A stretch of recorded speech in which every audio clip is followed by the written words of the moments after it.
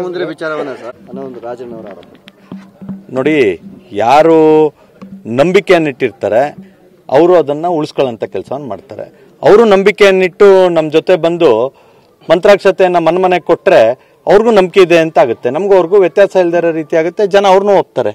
ಅವರು ಮಡಿವಂತಿಕೆಯನ್ನ ಮಾಡ್ಕೊಂಡು BJP agenda set ಮಾಡ್ತಿದೆ ಅಂತ ಹೇಳಿದ್ರೆ ನಮಗೆ ಧರ್ಮ ಮುಖ್ಯಪ್ಪ, ನಮ್ಮ ಸಂಸ್ಕಾರ ಮುಖ್ಯ, ನಮ್ಮ ಸಂಸ್ಕೃತಿ ಮುಖ್ಯ, ನಮ್ಮ ದೇಶ ಮುಖ್ಯ ನಮಗೆ. ಹಾಗಾಗಿ ನಾವು ಮಾಡ್ತಿದ್ದೀವಿ.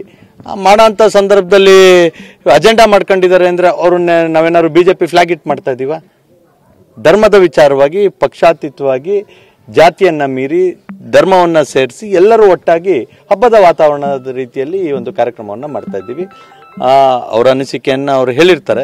ಆದರೆ ನಮ್ಮ ನಂಬಿಕೆ, ನಮ್ಮ ಪ್ರಭು ಶ್ರೀರಾಮನ ಮಂದಿರವನ್ನು ಭಾಳ ಅದ್ಧೂರಿಯಾಗಿ ಆಗಬೇಕು. ಸುಮಾರು 500 ವರ್ಷಗಳಿಂದ ಏನು ಹೆಚ್ಚು ಕಮ್ಮಿ 8-9 ತಲೆಮಾರಿನಿಂದ 10 ತಲೆಮಾರು ಅಂತಲೇ ಹೇಳ್ಬೋದು, ಈ ಒಂದು ಕಲ್ಪನೆಯನ್ನು ಇಟ್ಕೊಂಡಂಥ ಸಂದರ್ಭದಲ್ಲಿ ನಾವು ಎಷ್ಟು ಭಾಗ್ಯವಂತರು ಅನ್ನೋದನ್ನು ನಾವು ಒಂದು ರಾಮ ಮಂದಿರ ಉದ್ಘಾಟನೆ ಆದ ನಂತರ ಅದರ ಒಂದು ಫೀಲ್ ನಮಗೆ ಗೊತ್ತಾಗುತ್ತೆ ಅಂತೇಳಿ ಅನ್ಸುತ್ತೆ. ಯಾಕಂದರೆ 500 ವರ್ಷಗಳ ಹೋರಾಟ ನೆನೆಸಾದಾಗ ಸಿಗೋಂಥ ನೆಮ್ಮದಿ, ಆ ತೃಪ್ತಿ ಇದೆಯಲ್ಲ, ಅದಕ್ಕೆ ಯಾವುದೂ ಸರಿಸಾಟಿ ಅಲ್ಲ.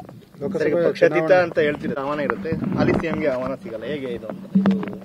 ಅದರಲ್ಲಿ ಯಾರು ತೊಡಗಿಸ್ಕೊಂಡಿರ್ತಾರೆ ಅವ್ರಿಗೆ ಆಹ್ವಾನ ಕೊಟ್ಟಿರ್ತಾರೆ. ನನ್ನ ಒಂದು ಇದ್ರದ್ದು ಈಗ ಬಹುಶಃ ಸಿದ್ದರಾಮಯ್ಯ ಅವರೇ ಬಂದು ಚಾಲನೆಯನ್ನು ಕೊಟ್ಟಿದ್ರೆ ಅವ್ರನ್ನೂ ಜೋಡಣೆ ಮಾಡ್ಕೊಳ್ತಿದ್ರು ಏನೋ, ನನಗೆ ಗೊತ್ತಿಲ್ಲ. ಇದು ಬಿಜೆಪಿ ಪಕ್ಷದ ಕಾರ್ಯಕ್ರಮ ಅಲ್ಲ, ಇದು ಒಂದು ರಾಮ ಜನ್ಮಭೂಮಿ ಟ್ರಸ್ಟ್ ವತಿಯಿಂದ ಆಗ್ತಿರೋಂಥದ್ದು. ಯಾರು ಜೋಡಿಸ್ಕೊಳ್ತಾರೆ ಅವರಿಗೆ ಆಮಂತ್ರಣ ಸಿಗೋಂಥ ಸಹಜ.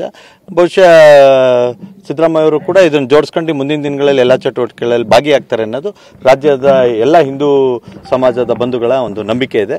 ಅದಕ್ಕೆ ಯಾವ ರೀತಿಯಾಗಿ ಅವರು ಪ್ರತಿಕ್ರಿಯೆ ಕೊಡ್ತಾರೆ, ಯಾವ ರೀತಿಯಾಗಿ ತೊಡಗಿಸ್ಕೊಳ್ತಾರೆ ಅನ್ನೋದನ್ನ ಕಾದು ನೋಡೋಣ.